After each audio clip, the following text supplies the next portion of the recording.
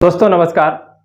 आइए आज हम भारत में पाई जाने वाली मिट्टियों के बारे में कुछ अध्ययन कर लेते हैं और ये देखते हैं कि भारत में ये मिट्टियाँ कहाँ कहाँ पर पाई जाती हैं, जिससे कि हम जब आगे कृषि का अध्ययन करेंगे या हम इसमें जो फसलें हमारे भारत में जो फसलें होती हैं उनका अध्ययन करेंगे तो ये मिट्टियाँ हमारे लिए बहुत ही महत्वपूर्ण होंगी, क्योंकि जैसी मिट्टी होती है वैसे ही फसल होती है और किस मिट्टी में कौन सी फसल होती है इसका अध्ययन हम आगे वीडियो में कर लेते हैं। तो यहाँ पर हम भारत में पाई जाने वाली मिट्टियों के बारे में अध्ययन करते हैं। तो भारत की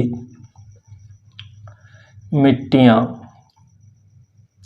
तो दोस्तों हमारे भारत में बहुत ही विविधता है, इसलिए हमारे भारत में बहुत सी प्रकार की मिट्टी पाई जाती हैं। क्योंकि हम जानते हैं कि हमारा भारत जो है वो उत्तरी गोलार्ध में स्थित है और कर्क रेखा इसके मध्य से होकर गुजरती है, इसलिए ये जो है वो विषुवत रेखा से 8 डिग्री अक्षांश से प्रारंभ हो जाता है। इसलिए यहाँ पर कुछ विषुवत रेखा पर पाई जाने वाली मिट्टी मिलती है तथा कुछ मिट्टी जो ध्रुवों तक पाई जाती हैं वो भी मिलती हैं, क्योंकि हमारे भारत की कुछ जियोग्राफिकल पोजीशन ही ऐसी है क्योंकि जिससे यहाँ पर हर तरीके की मिट्टियाँ पाई जाती हैं। तो दोस्तों अब हम देख लेते हैं कि मुख्य मिट्टियाँ कौन सी पाई जाती हैं। तो इधर हम यदि ऊपर से देखना शुरू करें तो हमारे ऊपर जो हिमालय पर्वत है, तो इसलिए इस क्षेत्र में जो भी मिट्टी पाई जाती है वो पर्वतीय मिट्टी है, यानी कि ये जो भाग है वो पर्वतीय मिट्टी का है, ये यहाँ तक का भाग और ये भाग जो है वो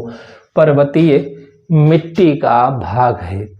वहीं दोस्तों इससे हम जैसे ही नीचे बढ़ते हैं तो ये नदियों द्वारा लाई हुई कांप मिट्टी का क्षेत्र है। तो इस क्षेत्र में जो भी मिट्टी पाई जाती है वो कांप मिट्टी है, यानी कि ये जो क्षेत्र है उसमें कांप मिट्टी पाई जाती है और ये क्षेत्र बहुत विस्तृत है, क्योंकि ये जहाँ जहाँ तक नदियाँ फैली हैं उन सभी नदियों के जो बेसिन है उसमें ये मिट्टी पाई जाती है, जो कि कांप मिट्टी यानी कि ये जलोढ़ मिट्टी के नाम से जानी जाती है। जो ये जलोढ़ मिट्टी है, इस मिट्टी को जलोढ़ मिट्टी कहते हैं और ये पर्वतीय मिट्टी है,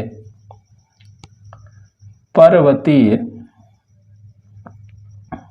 तो ये पर्वतीय मिट्टी और फिर ये जलोढ़ मिट्टी, तो दो तरीके की मिट्टी हो गई हैं। और हम जानते हैं कि यहाँ पर दक्कन का पठार है, क्योंकि ये बेसाल्टिक चट्टानें हैं और जब ये बेसाल्टिक चट्टानें फूटकर मिट्टी बनी है तो यहाँ पर ये काली मिट्टी बन गई है। तो इस मिट्टी का जो क्षेत्र है वो काली मिट्टी का क्षेत्र है और ये कुछ यहाँ पर भी पाई जाती है गुजरात में। तो इस तरीके से ये हमारा काली मिट्टी का क्षेत्र है। और इसके बाद में इधर जो है वो वर्षा बहुत अधिक होती है, इन क्षेत्रों में वर्षा बहुत अधिक होती है और यहाँ भी वर्षा अधिक होती है। तो इस वर्षा वाले क्षेत्र में जो है वो लेटेराइट मिट्टी पाई जाती है। वहीं यहाँ जो ब्रह्मपुत्र नदी बहती है यहाँ पर जलोढ़ मिट्टी पाई जाती है। तो इस क्षेत्र में जो है वो यहाँ लेटेराइट मिट्टी पाई जाती है। लेटेराइट मिट्टी का ये क्षेत्र हैं जिनमें के वर्षा अधिक होती है, तो इसलिए ये क्षेत्र और ये क्षेत्र जो है वो लेटेराइट मिट्टी का क्षेत्र है। वहीं अगला है ये वाला जो क्षेत्र हमारा बचता है, ये शुष्क मरुस्थलीय मिट्टी का क्षेत्र है।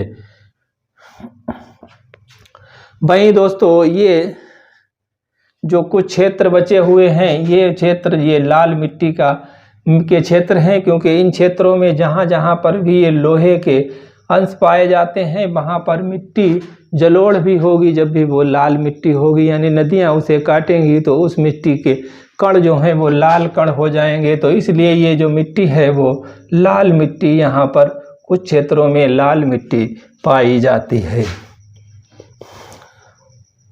अगला है कि यहाँ जो है इसमें जो हमारा ये कक्ष का रन है यहाँ पर क्षारीय मिट्टी पाई जाती है, यानी कि ये लवणीय क्षारीय मिट्टी कुछ यहाँ पर भी पाई जाती है। और वहीं जो हमारे डेल्टाई क्षेत्र हैं, यानी कि ये डेल्टा जो यहाँ पर गंगा यमुना का डेल्टा है और उसके बाद में ये कृष्णा कावेरी के जो डेल्टाई भाग हैं उन डेल्टाई भागों में दलदलीय मिट्टी पाई जाती है जहाँ पर के सुंदरबन पाए जाते हैं। तो दोस्तों इस तरीके से हमारे भारत में ये पाई जाने वाली मिट्टियों का वर्णन हुआ। और अगले वीडियो में हम इन मिट्टियों में जो फसलें उगाई जाती हैं और तथा इन मिट्टियों की क्या क्या विशेषताएं होती हैं इनका अध्ययन करेंगे। तो तब तक के लिए आप हमारे चैनल को सब्सक्राइब कर लें और वीडियो अच्छा लगा हो तो लाइक कर दें।